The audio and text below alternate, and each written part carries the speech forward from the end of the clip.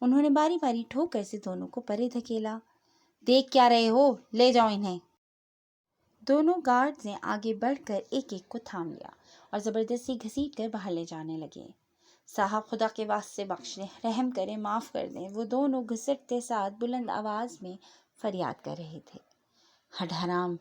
تیش کے عالم میں پاس پڑی کرسی کو ٹھوکر رسید کی۔ اب انہیں کچھ اور سوچنا تھا، کوئی حل کہ جس سے وہ اپنے دشمن کو چاروں شانے چت کر دیں، یوں کہ وہ پھر کبھی بھی سر نہ اٹھا سکے۔ ان کا شیطانی دماغ بڑی پھرتی سے اگلا لائحہ عمل طے کر رہا تھا۔ فلک نے دھیرے دھیرے بجھل آنکھوں کی پتلیاں وا کیں تو خود کو ہسپتال کے کمرے میں بستر پر لیٹا پایا۔ سر کے ایک حصے میں میٹھا میٹھا سا درد اٹھ رہا تھا۔ آپ کو ہوش آ گیا ہے، میں آپ کی فیملی کو انفارم کر دیتی ہوں۔ نرس جو ایک جانب کھڑی اس کی ڈرپ دیکھ رہی تھی اس کی طرف متوجہ ہوئی اور پھر اس کی فائل ہاتھ میں لیتی روم سے نکل گئی۔ وقار اور عبیرہ اندر داخل ہوئے۔ کیسی ہے میری چندا؟ عبیرہ نے جھک کر اس کے ماتھے کا بوسہ لیا، اس کے بال سہلائے۔ کیا ہوا ہے مجھے؟ میں یہاں کیسے آئی؟ فلک نے استفہامیہ نگاہوں سے دونوں کو باری باری دیکھا۔ کچھ بھی نہیں، بس آپ ٹھیک ہونا کافی ہے۔ وقار نے اس کے ہاتھ اپنے ہاتھوں میں لیتے اسے پچکارا۔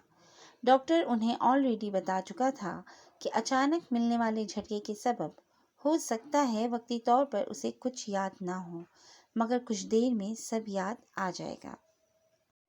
پر مجھے کچھ یاد کیوں نہیں ہے؟ وہ روحان سی ہو گئی۔ آپ ابھی ریسٹ کریں، کچھ سوچنے کی ضرورت نہیں آپ کو۔ وقار نے آنکھوں ہی آنکھوں میں عبیرہ کو اپنے آنسو پوچھنے کا اشارہ کیا جو بے اختیار ہی نکل آئے تھے۔ انہوں نے فوراً اپنی آنکھیں رگڑیں۔ آپ سو جائیں، ہم آپ کے پاس ہی ہیں، ٹھیک ہے؟ اس کی بلینکٹ درست کر کے اس کے پاس ہی بیٹھ گئیں۔ فلک نے بھی آنکھیں موند لیں، مگر اس نے عبیرہ کے دونوں ہاتھ مضبوطی سے تھام رکھے تھے۔ وقار کمرے سے نکل کر بروج کے برابر میں آ بیٹھے۔ کیسی ہے وہ؟ اس نے تھوڑا جھجکتے ہوئے پوچھا۔ ٹھیک ہے، وقار نے سر ہلاتے اس کا شانہ تھپکا تو بروج نے کب سے اٹکی ہوئی سانس خارج کی۔ ویسے کون کر سکتا ہے ایسے؟ کسی پر شک ہے آپ کو؟ مجھے کوئی اندازہ نہیں ہے۔ آخر میری فیملی سے کون دشمنی نکالے گا؟ وقار نے لا علمی کا اظہار کیا، مگر ذہن بار بار ایک ہی طرف جا رہا تھا کہ ہو نہ ہو یہ اسی کیس کے پس پردہ موجود شخص کا کیا دھرا ہے کہ جس کا نام ابھی تک وہ پتہ نہیں لگوا پائے تھے۔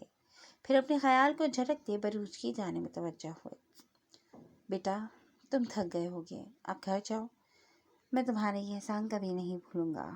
اسد کو بھی بتاؤں گا کہ اس کا بیٹا واقعی ایک بہادر جوان ہے، وہ یقیناً فخر محسوس کرے گا۔ انہوں نے اس کا کندھا تھپکتے اسے اپنے ساتھ لگایا۔ میں شام میں چکر لگاؤں گا انکل۔ ان سے الوداعی مصافحہ کر کے وہ چلا گیا اور وہ مسکرا کر اس کی پشت دیکھتے رہے۔ یقیناً وہ اپنے باپ جیسا ہی کامیاب افسر بننے والا تھا۔ ہلو، السلام علیکم آنٹی، فلک آ گئی؟ رانیہ نے چھوٹتے ہی پوچھا۔ جی بیٹا۔ عبیرہ کمرے کے کونے میں کھڑی فلک کو سوتا ہوا دیکھتی رانیہ سے بات کر رہی تھی۔ اوہ چلیں، شکر ہے، وہ مطمئن سی ہو گئی تھی۔ چلیں، اللہ حافظ۔ اللہ حافظ بیٹا۔ عبیرہ نے غور منقطع کر دی اور نماز پڑھنے کے لیے جا نماز بچھانے لگیں۔ دور فجر کی اذانیں بلند ہو رہی تھیں۔ ابھی انہوں نے سلام پھیرا ہی تھا کہ دروازہ کھلنے کی آواز پر گردن گھما کر دیکھا، جہاں سے وقار کے ہمراہ اشفاق اور فرحت اندر داخل ہو رہے تھے۔ پیچھے ہی ابتسام بھی تھا۔ السلام علیکم بھائی، انہوں نے جانماز طے کر کے ایک جانب رکھا۔ وعلیکم السلام۔ وہ سلامتی کا جواب دیتے فلک کی طرف متوجہ ہو گئے، جبکہ فرحت نے آگے بڑھ کر انہیں گلے لگا کر تسلی دی۔ ابتسام خاموشی سے سائڈ پر دھرے صوفوں پر ٹانگ پر ٹانگ چڑھا کر بیٹھ چکا تھا۔ اسے کسی سے کوئی غرض نہیں تھی، وہ تو بس اپنے باپ کے کہے پر آ جاتا تھا۔ دو مستعد گن مین بھی کمرے کے باہر آ کھڑے ہوئے تھے جو اشفاق کے ہمراہ ہوتے تھے۔ کیسے ہوا یہ سارا کچھ؟ پریشانی کا اظہار کرتے وہ وقار سے پوچھ رہے تھے، البتہ نظریں فلک کے سر کی چوٹ پر تھیں۔ کچھ معلوم نہیں، پتہ نہیں کیا مقصد تھا ان لوگوں کا۔ وہ تو شکر ہے کہ بروج وقت پر پہنچ گیا اور ان جانوروں سے میری بیٹی بچ گئی۔ وہ تعسفی لہجے میں بولے۔ بروج؟ اشفاق ان کی جانب مڑ۔ بریگیڈیئر اسد سبحانی کا بیٹا ہے، کیپٹن بروج سبحانی۔ میرا بہت اچھا دوست حسد اب ریٹائر ہو چکا ہے، وقار نے سرسری سی اطلاع دی۔ اشفاق نے سمجھتے ہوئے سر ہلا دیا۔ میں خود ملنا چاہوں گا کیپٹن سے، آخر کو اس نے میری گڑیا کی جان بچائی ہے۔ دھیمی مسکراہٹ کے ساتھ وہ بظاہر وقار سے کہہ رہے تھے۔ بروج زہرے لب دوہراتے ان کی آنکھوں میں عجیب سی چمک تھی۔ آپ سب کو بتاتے چلیں کہ ڈی آئی جی عمر رضا نے اپنی پوسٹ سے مستعفی ہونے کا اعلان کیا ہے اور اپنی اچھی کارکردگیوں کی وجہ سے ہمیشہ خبروں کی زینت بنے رہے ہیں، اور اب ان کا یوں اچانک استعفیٰ دینا ایک سوالیہ نشان ہے۔ نیوز اینکر اپنے مخصوص انداز میں خبروں کی تفصیل سے آگاہ کر رہی تھی۔ دیوار میں نصب LED کے سامنے صوفے پر براجمان وہ ٹانگ پر ٹانگ چڑھائے جیسے ان الفاظ کو اپنے اندر جذب کر رہے تھے جو کسی شہد کی مانند ان کی سماعتوں میں رس گھول رہی تھی۔ پاس ہی وحید ہاتھ باندھے کھڑا انہیں دیکھ رہا تھا۔ بہت خوب وحید، اپنے دائیں ہاتھ کی انگشت شہادت میں موجود سانپ کی شکل میں بنی انگوٹھی کو اپنے انگوٹھے سے گھماتے مستقل مسکرا رہے تھے۔ شکریہ جناب، وہ اپنے سینے پر ہاتھ رکھ کر سر کو خم دیتا ہوا بولا۔ برا نہ مانے تو ایک مشورہ دوں جناب؟ اب کہ وہ چل کر ان کے قدموں میں آ بیٹھا۔ ذرا کھنکھار کر گویا اجازت دی۔ جناب، جنرل عبدالرحمن اختر تو ریٹائر ہونے والا ہے، اس کے ہاتھ سے اقتدار تو ویسے ہی گیا، یعنی اس خفیہ میٹنگ کا ایک رکن تو گیا، اور اندر کی خبر ہے کمانڈر صدیق فاروقی کی صحت بڑی خراب ہے، مرنے کے قریب سمجھ لو۔ ہمت تو ہے نہیں اس میں آپ سرکار تک پہنچنے کی، پھر بھی آپ کہیں تو اس کا پتہ کٹوا دیں؟ نہیں، اسے طبعی موت ہی ملنی چاہیے، بس اس محمود وڑائچ کا انتظام کرو، انہوں نے قطعی لہجے میں کہا۔ تو جناب کیا کرنا ہے اس کا؟ سنا ہے ایک بیٹی ہے اس کی، آپ کہیں تو اٹھوا لیں، DIG والا طریقہ ہی اپناتے ہیں۔ کرو۔ ازبات میں سر ہلاتے وہ مسلسل انگوٹھی پر ہاتھ پھیر رہے تھے۔ اور وقار ہمدانی کا کیا کرنا ہے؟ وحید نے ڈرتے ڈرتے پوچھا۔ اس کا فی الحال کچھ نہ کرو، میں اسے ایک موقع دوں گا، اپنی فیملی کی زندگی چاہیے ہوئی تو وہ پیچھے ہٹ جائے گا، ورنہ اپنا انجام بھگتے گا۔ کہہ کر وہ اٹھ کھڑے ہوئے، اپنے کلف لگے سفید قمیص کا دامن درست کیا۔ جلیل، گاڑی تیار کرواؤ، بآواز بلند کہہ کر وہ سیڑھیاں چڑھ گئے۔ ہیلو بریگیڈیئر وقار، کیسے ہیں آپ؟ کرنل محمود اپنے آفس میں بیٹھے لیپ ٹاپ پر کھلی چند تصاویر کو دیکھتے ہوئے وقار سے مخاطب ہوئے۔ میں ٹھیک کرنل صاحب، آپ بتائیں کیسے کال کی؟ وہ ابھی فلک کو گھر لا کر لاؤنج میں آ کر بیٹھے ہی تھے کہ ان کی کال آ گئی۔ منی لانڈرنگ کیس میں ایک آدمی ایئرپورٹ سے گرفتار کیا ہے ہماری انٹیلیجنس ٹیم نے، وہ یقیناً اپنے باس کا نام جانتا ہوگا، اس سے ملاقات کرنی ہے۔ ٹھیک ہے، میں اس سے ملوں گا، مجھے مزید انفارمیشن چاہیے، رات کو ملتے ہیں۔ بالکل، پھر ملاقات ہوگی۔ محمود وڑائچ نے کال ڈسکنیکٹ کر دی۔ تبھی ان کے PA نے ایک لفافہ ان کی میز پر لا کر رکھا۔ کہاں سے آیا ہے؟ انہوں نے سوالیہ نگاہوں سے اسے دیکھا۔ سر، بھیجنے والے کا نہیں پتہ، یونٹ کے گیٹ پر ایک آدمی دے کر گیا ہے، PA نے ادب سے کہا۔ ٹھیک ہے، جاؤ تم۔ اس کو بھیج کر انہوں نے میز سے وہ خاکی لفافہ اٹھا کر چاک کیا۔ اندر چند تصاویر تھیں۔ تصاویر دیکھ کر وہ ایک دم چونکتے ہوئے سیدھے ہوئے۔ تصاویر ان کی بیٹی کی تھیں، گھر سے نکلتے ہوئے کی، اسکول کی، کسی ریسٹورنٹ کی، ساتھ میں ایک خط بھی تھا۔ انہوں نے کپ کپاتے ہاتھوں سے کاغذ سیدھا کیا۔ اندر کی تحریر ان کو مزید جھٹکوں میں دھکیل گئی۔ اگر اپنی بیٹی کو دوبارہ سلامت دیکھنا چاہتے ہو تو فوراً سے پہلے اس سب میں سے نکل جاؤ۔ تم اچھے سے جانتے ہو کہ کس بارے میں بات کر رہا ہوں۔ باقی اگر بات نہ مانی تو اگلی دفعہ تمہاری بیٹی کی لاش کے ساتھ سمجھاؤں گا۔ وہ گاڑی کی چابی اٹھا کر تیزی سے اپنے دفتر سے نکلے۔ ہیلو فاریہ بیگم، عیشا کہاں ہے؟ وہ بےتابی سے اپنی بیٹی کا پوچھتے گاڑی میں سوار ہوئے۔ وہ تو اسکول گئی ہے۔ خیریت؟ فاریہ بھی پریشان ہوئی۔ کچھ نہیں، آپ گھر سے مت نکلے گا۔ کال کاٹ کر فون ڈیش بورڈ پر پٹک کر جلدی سے اسکول کی طرف گاڑی دوڑا دی۔ شام ڈھل رہی تھی، آسمان پر ٹکڑیوں کی صورت چھائے سفید بادل ڈوبتے سورج کی کرنوں میں نارنجی لگ رہے تھے۔ فلک بیڈ پر گمسم سی لیٹی تھی، دل میں ایک خوف سا بیٹھ چکا تھا۔ ابیرہ بھی ہاسپٹل کے سارے کام چھوڑ کر صبح سے اس کے پاس بیٹھی تھی۔ سب کچھ دہراتے ہوئے وہ بہت روئی تھی۔ مگر وقار صاحب کے کہنے پر کہ میری بہادر نورے اتنی ڈرپوک ہے، مجھے نہیں پتہ تھا کہ بعد اس نے اپنے آنسو پوچھ لیے تھے، مگر عبیرہ کو وہ ایک پل کو بھی اٹھ کر جانے نہیں دے رہی تھی۔ تبھی ملازمہ دروازہ کھٹکھٹا کر اجازت ملنے پر اندر داخل ہوئی۔ اس کے ہاتھ میں سفید پھولوں کا خوبصورت سا گلدستہ تھا۔ یہ آپ کے لیے فلک بی بی، کہاں رکھوں؟ ملازمہ نے ادب سے پوچھا۔ ادھر دو مجھے۔ اس کے ہاتھ سے بک تھام کر ایک گہری سانس اندر کھینچی۔ ان کی تر و تازہ مہک پر وہ اندر تک مسرور ہو گئی۔ کس نے بھجوائے ہیں یہ؟ لبوں پر دھیمی مسکان سجائے اس نے پوچھا۔ وہ نیچے کوئی گیسٹ آئے ہیں، وہ لائے ہیں آپ کے لیے۔ فلک نے استفہامیہ نظروں سے عبیرہ کو دیکھا۔ بروج آیا ہے، عبیرہ صاحبہ نے جواب دیا اور اس کے ہاتھ سے بک تھام کر سائڈ پر رکھ دیا۔ وہ کیوں آیا ہے؟ اسے کیسے پتا؟ فلک نے تیوری چڑھا کر انہیں دیکھا۔ اسے ابھی بھی خود کو نظر انداز کیے جانا یاد تھا۔ عبیرہ نے ملازمہ کو جانے کا اشارہ کیا، پھر گویا ہوئی۔ فلک، آپ نے پہلے بھی اس کے ساتھ مس بہیو کیا تھا۔ اس دن بھی اس نے آپ کی بھلائی کی تھی اور اس دفعہ بھی اس نے آپ کی ہیلپ کی ہے، سو اسٹاپ اوور ری ایکٹنگ، اوکے؟ عبیرہ نے اسے ڈپٹا۔ موم، وہ بات 6 سال پرانی ہے، تب میں چھوٹی تھی، اور ویسے اب کون سی ہیلپ کی ہے اس نے میری؟ آپ کو ان آدمیوں سے اسی نے بچایا ہے، اوکے؟ وہی آپ کو ہاسپٹل لے کر گیا تھا، اور اب آپ ماشاء اللہ سے بالکل ٹھیک لگ رہی ہیں، تو میں بھی ذرا ایک دفعہ گھر کو دیکھ لوں۔ عبیرہ خفگی سے کہتی اسے حیران چھوڑ کر نیچے چلی گئیں۔ فلک نے گلدستہ واپس اپنے ہاتھوں میں تھاما۔ ذہن میں وہی پرانا واقعہ گردش کر رہا تھا۔ 6 سال پہلے، یہ ان دنوں کی بات ہے جب بریگیڈیئر وقار ہمدانی کرنل کے عہدے پر فائز مری میں پوسٹڈ تھے۔ عبیرہ CMH میں جاب کرتی تھیں اور نورے فلک چنار آرمی پبلک اسکول میں 8th اسٹینڈرڈ کی طالبہ تھی۔ ان کے پڑوس میں وقار کے بہت اچھے دوست کرنل اسد سبحانی اپنی بیوی اور ایک عدد بیٹے کے ساتھ مقیم تھے۔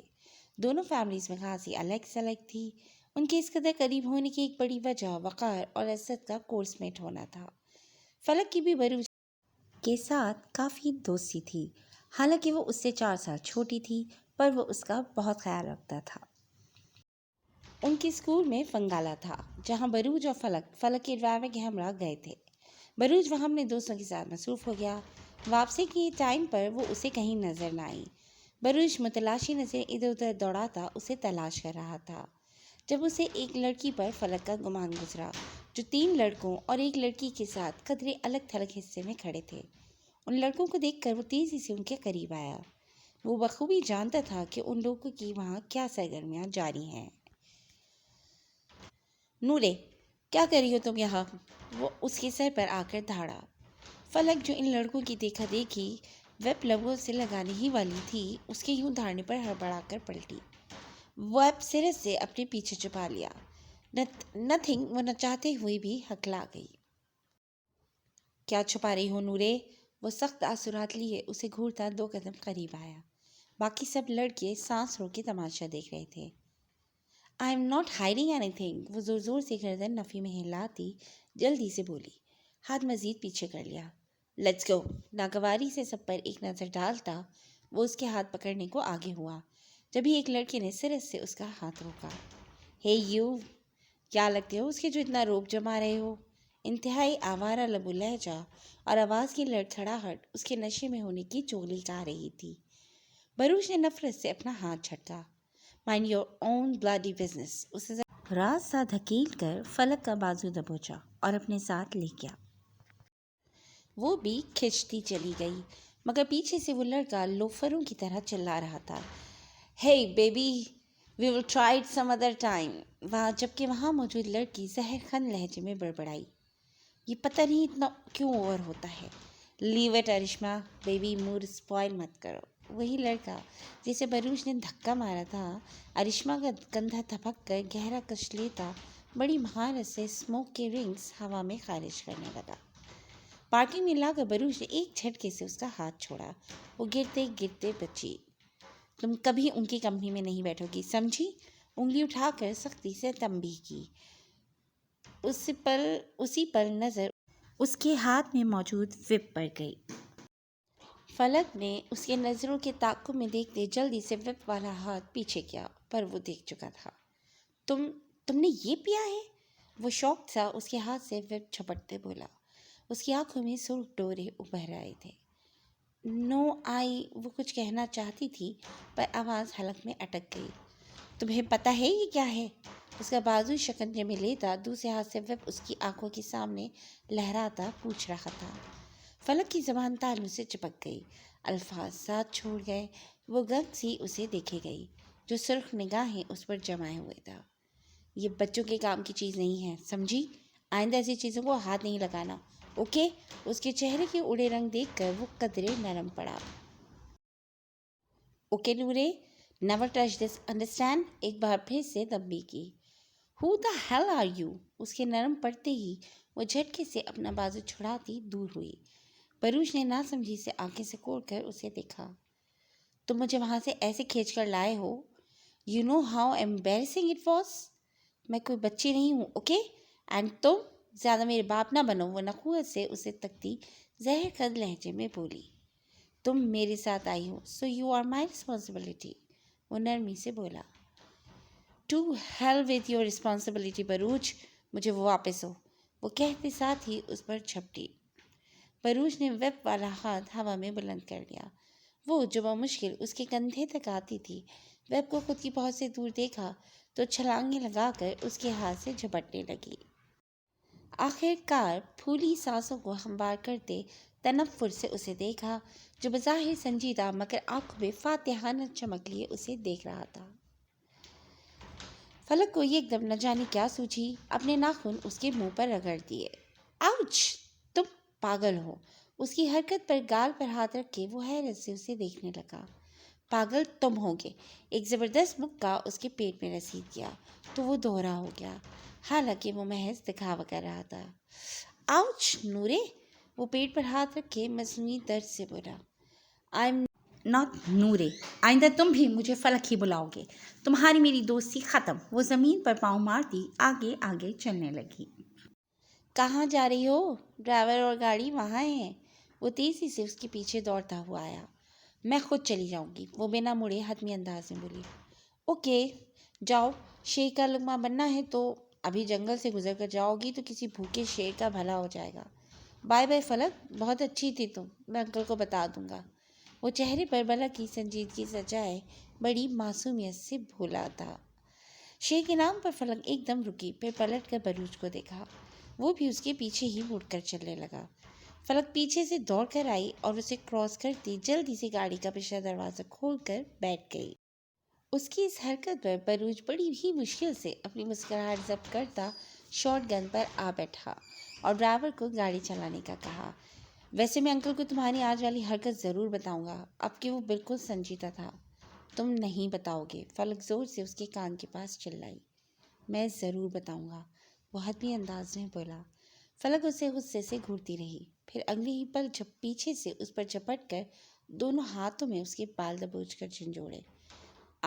جنگلی بلی! چاچا گاڑی روکیے، اسے باہر پھینکیں۔ بروج بھی طیش میں آ گیا۔ چاچا چپ کر کے چلے، فلک نے بھی تانک کر ہم حکم دیا، جبکہ ڈرائیور ان دونوں کو نظر انداز کرتا خاموشی سے ڈرائیو کر رہا تھا کہ نہ تو اس نے فلک کے کہنے پر رکنا تھا اور نہ ہی بروج کے کہنے پر۔ گھر پہنچ کر وہ دونوں اپنے اپنے گھر چلے گئے۔ فلک نے شکر ادا کیا کہ بروج نے اس کے فادر سے کوئی شکایت نہیں کی تھی، مگر اگلے دن صبح وہ ابھی سو کر اٹھی ہی تھی کہ وقار نے اس کو بلاوا بھیجا۔ وہ اپنے چہرے پر بلا کی معصومیت طاری کیے لان میں چلی آئی۔ 5 فٹ 9 انچ کا قد لیے بروج اپنے ٹریک سوٹ میں کھڑا نظر آیا۔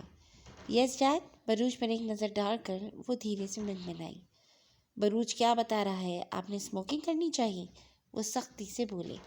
نو ڈیڈ، ہی از لائنگ، وہ صاف کر گئی۔ نو انکل، میں نے اسے خود اس گروپ کے ساتھ دیکھا تھا، بروج نے جلدی سے صفائی پیش کی۔ بٹ ڈیڈ، وہ تو میرے فرینڈس تھے، فلک نے اپنی پونی کس سے لب کشائی کی۔ انکل، وہ سب اس کے سینئرز ہیں، فرسٹ ایئر کے ہیں، اس کی کوئی فرینڈ شپ نہیں ان کے ساتھ۔ وقار کبھی اس کو دیکھتے تو کبھی فلک کو۔ You shut up! میری مرضی میں کچھ بھی کروں، get out of my house! نہ ہی تو مجھے نورے بولنا اور نہ مجھ سے بات کرنا اور نہ میرے گھر آنا۔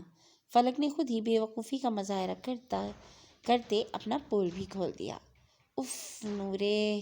وقار کی سخت آواز پر وہ سہم کر خاموش ہو گئی، ساتھ ہی ان کی آنکھوں میں موٹے موٹے آنسو بھی تیرنے لگے۔ اٹس اوکے انکل، میں نے مائنڈ نہیں کیا، میں چلتا ہوں۔ بروج پھیکا سا مسکرا کر چلا گیا اور اس دن کے بعد وہ دوبارہ ان کے گھر نہیں آیا۔ وہ سیکنڈ ایئر میں تھا تو ایگزامز کے فوراً بعد پاکستان ملٹری اکیڈمی جوائن کرنے کے لیے اپنی پڑھائی میں مصروف ہو گیا، اور پھر کلیئر کر کے وہ پی اے میں کاکل ایبٹ آباد چلا گیا۔ جس دن اسے جانا تھا اس سے ایک دن قبل بروج کے پیرنٹس نے ایک ڈنر بھی رکھا تھا، مگر فلک اس میں بھی نہیں گئی، اور پورے 6 سال بعد بروج نے فلک کو تب دیکھا تھا جب اس نے اس کی گاڑی کو ٹکر ماری تھی، اور دوسری ملاقات منار میں اور پھر جنگل میں ہوئی۔ حال فلک کے بجتے فون نے اسے خیالوں کی دنیا سے حال میں لاپٹا۔ اس نے فون اسکرین سامنے کی جہاں رانیہ کا نام جگمگا رہا تھا۔ ابتسام جنجوا اس وقت مال کے فوڈ کورٹ میں اپنے دوست کا منتظر تھا، جس کی آمد کے فی الحال دور دور تک کوئی آثار نہ تھے۔ بیزار سا وہ اپنے موبائل سے کھیلنے میں مصروف تھا جب اپنی دائیں جانب سے آتی مانوس سی نسوانی آواز پر وہ ٹھٹکا۔ گردن موڑ کر دیکھا تو واقعی رانیہ تھی۔ اسے خوشگوار حیرت نے آ گھیرا۔ بھلا کہاں امید تھی کہ دل بے قرار کو یوں بھی ٹھنڈک نصیب ہو سکتی ہے۔ وہ ایک ہاتھ میں 2 شاپنگ بیگز اٹھائے، دوسرے ہاتھ سے فون کان سے لگائے جھنجھلائی سی کسی سے بات کرتی کرسی گھسیٹ کر بیٹھ رہی تھی۔ ہیلو! وہ اٹھا اور دبے قدموں اس کے سر پر جا پہنچا، جیبوں میں ہاتھ پھنسائے وہ دھیما سا مسکرایا تھا۔ رانیہ نے سر اٹھا کر اسے دیکھا۔ اوکے، پھر میں گھر آ کر آپ سے بات کروں گی موم۔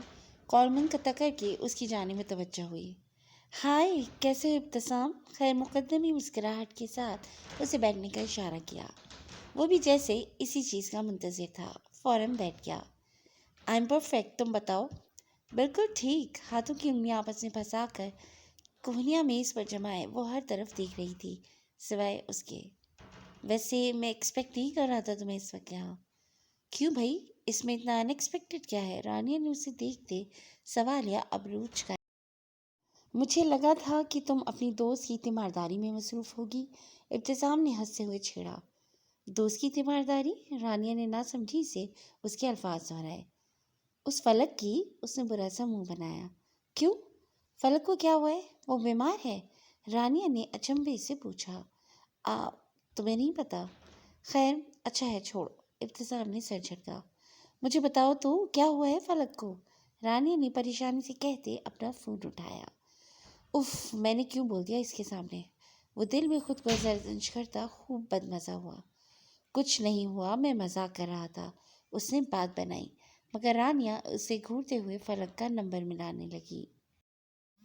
اوکے، پھر تم کرو اس سے بات، میں جا رہا ہوں، وہ کہتے ساتھ ہی اٹھ کھڑا ہوا۔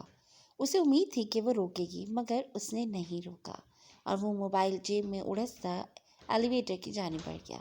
وہ جانتی تھی کہ وہ خفا ہو گیا ہے، اور وہ جانتا تھا کہ وہ اس سے خفا نہیں ہو سکتا۔ فلک کے بجتے فون نے اسے خیال کی دنیا سے حال میں لاپٹا۔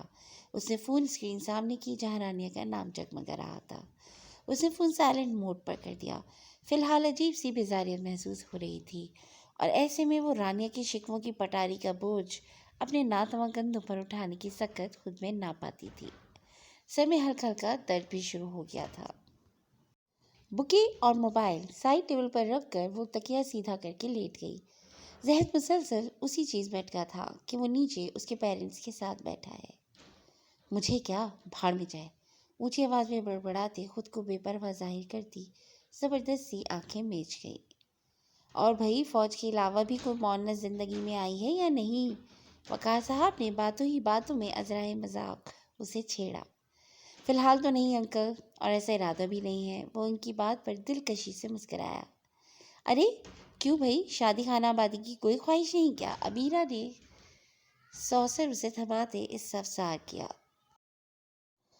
میری خواہش تو شہادت ہے، بس اللہ سے ملنا چاہتا ہوں، وہ اتنی پختگی سے بولا کہ ایک پل کو تو وہاں موجود نفوس لاجواب ہو کر اس کا چہرہ دیکھنے پر مجبور ہو گئے، جہاں پہلی عجب تمانیت اس کو نئی جاذبیت بخش رہی تھی۔ اگر اللہ سے پیار کرنا ہے تو پہلے عشق مجازی کا روگ بھی پال کر دیکھ لینا چاہیے، کیا خیال ہے؟ وقار صاحب نے مسکراتے ہوئے کہا۔ انکل، جب اللہ سے ہی پیار کرنا ہے تو دنیا کو بیچ میں ڈالنے کی کیا ضرورت ہے؟ براہ راست کیوں نہ کیا جائے؟ اس کے چہرے پر بھی پناہ سنجیدگی تھی۔ بھائی، عشق مجازی بھی دراصل عشق حقیقی کی جانب لے جانے کا ایک ذریعہ ہے، مگر آج کے زمانے میں تو حوث کی آڑ میں پاکیزہ محبتوں اور عشق کے الفاظ کو پامال کیا جا رہا ہے۔ خیر، بات کہاں کی کہاں نکل گئی۔ وقار صاحب نے اپنا چائے کا کپ اٹھا کر لبوں سے لگایا۔ فی الحال تو ایسی نہ کوئی خواہش ہے اور نہ ہی ارادہ، باقی اللہ جانے کب کیا ہو جائے، اس سے حتمی انداز میں کہہ کر بات ہی قطع کر ڈالی۔ بالکل، عبیرہ نے بھی جذبات میں سر ہلا دیا۔ تبھی وقار کے فون کی اطلاعی گھنٹی نے انہیں متوجہ کیا۔ فون اسکرین پر نظر آتے نام کو دیکھ کر وہ ایکسکیوز کرتے اٹھ کر لان میں آ گئے۔ ہیلو، جی کرنل محمود، میں بس آپ کو کال کرنے ہی والا تھا۔ اس شخص سے کل صبح ہی ملنا چاہوں گا میں۔ بریگیڈیئر صاحب، دو بری خبریں ہیں۔ کرنل محمود کا لہجہ دھیما اور آواز بوجھل تھی۔ کیا ہوا ہے؟ وہ ایک پل کو پریشان ہوئے۔ دل میں خدشات نے سر اٹھایا تھا۔ کمانڈر صدیق فاروقی کا انتقال ہو گیا ہے۔ محمود وڑائش نے جس انداز سے ان کا نام لیا تھا، اس سے واضح تھا کہ وہ ان کی کتنی عزت اور احترام کرتے تھے۔ انا للہ و انا الیہ راجعون، وقار صاحب شکست سا لہجے میں بولے۔ آج ان کے ایک اہم کیس کی اہم ٹیم کا ایک مضبوط ستون ڈھہ گیا تھا۔ آنکھوں کے سامنے وہی ملاقات کے لمحات گم گئے۔ اور دوسری خبر یہ ہے کہ جس آدمی کو منی لانڈرنگ کیس میں ملٹری انٹیلیجنس کی ٹیم نے حراست میں لیا تھا، وہ بھی مر چکا ہے۔ محمود وڑائش نے وقار کی سماعتوں پر ایک اور بم پھوڑا۔ یہ کیسے ممکن ہے؟ کیا اس کا مرڈر ہوا ہے؟ وہ اتنے اہم گواہ کو ہاتھ سے نکلتا دیکھ کر مزید پریشان ہو گئے۔ نہیں، نیچرل ڈیتھ ہوئی ہے۔ یہ کیسے ممکن ہے؟ سب ہاتھ سے کیسے نکل گیا؟ وقار نے انگوٹھے اور انگشت شہادت سے اپنی آنکھیں مس لیں۔ مجھے لگتا ہے کہ سب کے پیچھے جو بھی ہے اسے ہماری تحقیقات کا علم ہو چکا ہے۔ کرنل محمود خوفزدہ دکھائی دے رہے تھے۔ آپ اتنے وسوخ سے کیسے کہہ سکتے ہیں؟ مجھے ایک دھمکی بھرا خط موصول ہوا ہے۔ کہتے ہیں کہ میری بیٹی کو محمود وڑائچ ایک لحظے کو تھمے تھے، قتل کر دیں گے۔ وہ ہماری حرکات و سکنات پر نظر رکھے ہوئے ہیں۔ ان کے لیے، اپنی لخت جگر کے لیے قتل کے الفاظ تک استعمال کرنا سوہانے روح تھا۔ کجا کہ وہ اس کو مردہ تصور کریں۔ ایک سرد سانس فضا کے سپرد کی۔ کل رات میری بیٹی کو اغوا کرنے کی ناکام کوشش کی گئی ہے۔ وقار نے انہیں اطلاع دی کہ جس چیز کی انہیں محض دھمکی موصول ہوئی ہے، ان کی بیٹی کے ساتھ عملی طور پر وہ سب کرنے کی کوشش کی گئی ہے۔ اب کیا ہوگا؟ کیا ہم چھوڑ دیں اس کیس کو؟ کرنل صاحب، کیا جس پاکستان کا خواب ہم نے دیکھا ہے اس کی تعبیر کا انتظار نہیں کرنا؟ وقار صاحب کے لبوں کو ایک مدھم مسکراہٹ نے چھوا تھا۔ جان کی بازی بھی لگانی پڑے تو کریں گے۔ کرنل صاحب کا مضبوط و مستحکم لہجہ ہر طرح کے خوف سے پاک تھا۔ تو بس پھر پاکستان کا جو خاکہ ہم نے تصور کیا ہے، اس میں اپنے لہو سے ہی رنگ بھریں گے، پھر ہماری جان ہی کیوں نہ چلی جائے۔ وقار کے الفاظ میں وطن کے لیے ٹھاٹھے مارتی محبت اور سب کچھ لٹانے کا عزم پنہاں تھا۔ بالکل، جنازے میں ملاقات ہوتی ہے۔ محمود وڑائچ جیسے اس عزم کو، اس عہد کو دہرا کر ہر طرح کی فکر سے آزاد ہو گئے تھے کہ ہونا وہی تھا جو اس کاتب تقدیر نے نصیب میں لکھ رکھا ہے۔ پھر کاہے کا خوف، کاہے کی فکر؟ یہ دیس کلمہ حق کی صدا سے پایا ہے۔ عجب کمال حقیقت کی بندگی کو سلام۔ میرے وطن تیرا پرچم سدا بلند رہے، تیری وفا کے تقاضوں کی تازگی کو سلام۔ خدا کرے یہ یوم وطن مبارک ہو، پیام امن و اخوت کی چاشنی کو سلام۔ میرے لہو سے بقائے وطن ہو گر راشد، تو ایسی موت کو اور ایسی زندگی کو سلام۔ راشد منہاس۔ جس وقت وقار مرحوم کمانڈر صدیق فاروقی کے گھر پہنچے، شہید کے کورس میٹوں اور آفیسرز کا تانتا بندہ تھا۔ چونکہ وہ دوران سروس ہی اللہ کو پیارے ہو گئے تھے، اسی لیے انہیں شہید قرار دیا گیا تھا۔ سبھی ان کی والدہ محترمہ کے گرد جمع تھے۔ 8 سال پہلے کمانڈر صدیق فاروقی کے والد گرامی اور ان کی والدہ کی رفیق حیات بھی داغ مفارقت دے چکے تھے، اور اب ان کا اکلوتا بیٹا بھی ان کو تنہا چھوڑ گیا تھا۔ لیکن اس سب میں قابل ذکر بات ان کا عزم و حوصلہ تھا کہ جو ان کے مونس و غمخوار اور نشیب و فراز کی بھیدی ان کے اکلوتے بیٹے کے چھن جانے کے بعد بھی پست نہیں ہوا تھا۔ وقار چاہ کر بھی زیادہ دیر وہاں نہ ٹھہر سکے۔ ان کی وفات سے جو خلا پیدا ہو گیا تھا وہ پر ہونے کے لیے یقیناً ایک طویل عرصہ درکار تھا۔ جس وقت وہ وہاں سے نکلے، کرنل محمود وڑائچ بھی ان کے ہمراہ تھے، اس بات سے ناواقف کہ ان کا تعاقب کیا جا رہا ہے۔ دونوں کی منزل جنرل عبد الرحمن اختر کا بنگلہ تھا، جہاں وہ خفیہ ملاقات کیا کرتے تھے۔ واچ مین نے انہیں دیکھتے ہی پہچان لیا اور فوراً گیٹ کھول دیا۔ ایک ملازم انہیں ڈرائنگ روم میں لے آیا۔ جنرل صاحب کی تشریف آوری کے بعد انہوں نے اس کیس کے ہر پہلو پر غور کیا۔ کمانڈر صدیق فاروقی کے انتقال کے بعد اب یہ 3 ہی رہ گئے تھے جنہیں اس کیس کی ہر بات پتہ تھی۔ مجھے میرے مخبر نے ایک شخص کا پتہ بتایا ہے جو کہ ہتھیار اسمگلنگ کا ٹرک لاہور لے کر جاتا ہے۔ جنرل عبد الرحمن اختر کی یہ اطلاع ان کے لیے ایک سکون کی خبر تھی، یعنی ایک سرا ہاتھ سے چھوٹا تو رب نے دوسرا تھما دیا۔ اس سے ملنا ہے؟ میں ملوں گا اس سے، وقار صاحب نے فیصلہ کن انداز میں کہا، مگر دھیان سے۔ بالکل، بہت ہوشیاری سے اس تک پہنچنا ہوگا۔ کرنل محمود نے اس بات میں سر ہلاتے تائید کی۔ ان کی واپسی پر بھی ان کا تعاقب کیا گیا تھا اور ہر ایک رپورٹ ان کے دشمن تک پہنچائی جا رہی تھی۔ ہیلو، کیسا ہے جگر؟ حارث کی بشاش آواز پر بروچ مسکرا دیا۔ اس کے این سی نے کسی فوجی کی آمد کی اطلاع دی تھی اور بروچ کو پورا یقین تھا کہ وہ حارث ہی ہوگا۔ ہاں بھائی، فرصت مل گئی تجھے چکر لگانے کی؟ مسافے کے لیے بڑھے ہاتھ کو تھام کر گرم جوشی سے دونوں گلے ملے۔ بس بھائی، ایک خوشخبری لے کر آیا ہوں تیرے لیے، حارث قدرے پھیل کر صوفے پر دراز ہوتا بولا۔ بھائی، ایسی بھی کیا خوشخبری ہے کہ مسکراہٹ تیرے ہونٹوں سے ہٹ بھی نہیں رہی؟ بروچ نے آنکھیں سکوڑ کر اسے مشکوک نظروں سے گھورا۔ ذرا تکا لگا میری جان، حارث نے ایک دفعہ پھر سے بدتیسی کی بھرپور نمائش کی۔ ارے رک، کہیں تیرے ہاتھ تو نہیں پیلے ہو گئے؟ بروچ نے اپنے تئیں اندازہ لگایا۔ ہاں نا، حارث نے مسکرا کر اس کی تائید کی۔ کیا مطلب؟ سچ میں؟ بروچ صوفے سے تقریباً اچھلا۔ نہیں تو میری محبوبہ ہے جس کے ہاتھ میں لکا چھپی کھیلوں گا۔ اتنی بھی حیران ہونے کی کوئی بات نہیں اس میں، حارث نے فوراً اسے جھاڑ دیا۔ اکیلے ہی؟ ہاں، بتایا تک نہیں؟ بروچ نے اس کے بازو پر گھونسا رسید کیا تو وہ مصنوعی اداکاری کرتا کرانے لگا۔ انہی حرکتوں کی وجہ سے کورس کے دوران سب حارث کو اس کی نازکی پر چھیڑا کرتے تھے۔ بس یار، سب اتنی جلدی ہوا کہ نہ ہی پوچھو۔ یہ مان لو کہ اگر اب نکاح نہ ہوتا نا تو تمہاری عریشہ بھابھی نے ہاتھ سے نکل جانا تھا۔ بس ادھر اس نے ہاں کی اور ادھر چٹ منگنی پٹ گیا۔ وہ یوں ہاتھ پر ہاتھ مار کر بتا رہا تھا جیسے کوئی بہت بڑا کارنامہ سر انجام دے کر آیا ہو۔ خیر، یہ کارنامہ بھی کسی سے کم نہیں کہ جو یہ لڈو کھاتے ہیں وہی بہتر جانے۔ آج کی صبح اپنے اندر بہت سی تپش لیے طلوع ہوئی تھی۔ افق پر چمکتا آگ کا گولا اپنے طلوع ہونے کے ساتھ ہی آسمان پر سرخی بکھیر رہا تھا، جیسے آج سورج نے آکاش کے چہرے پر لہو مل دیا ہو۔ اس دھوپ سے تپتے دن کا اختتام ایک دل دہلا دینے والی خبر پر ہوا تھا۔ میڈیا پر ہر طرف ادھم برپا تھا۔ اسکرین پر دم توڑتے بچے، بوڑھے اور چیختی بلبلاتی بچیوں کے مناظر اور اموات کی شرح دیکھ کر کلیجہ دہل رہا تھا۔ محبت گولیوں سے بو رہے ہو، وطن کا چہرہ خون سے دھو رہے ہو، گما تم کو کہ رستہ کٹ رہا ہے، یقین مجھ کو کہ منزل کھو رہے ہو۔ سندھ کے شہر سہن شریف میں خودکش دھماکہ ہوا تھا۔ اموات کی تعداد 88 تک پہنچ گئی تھی۔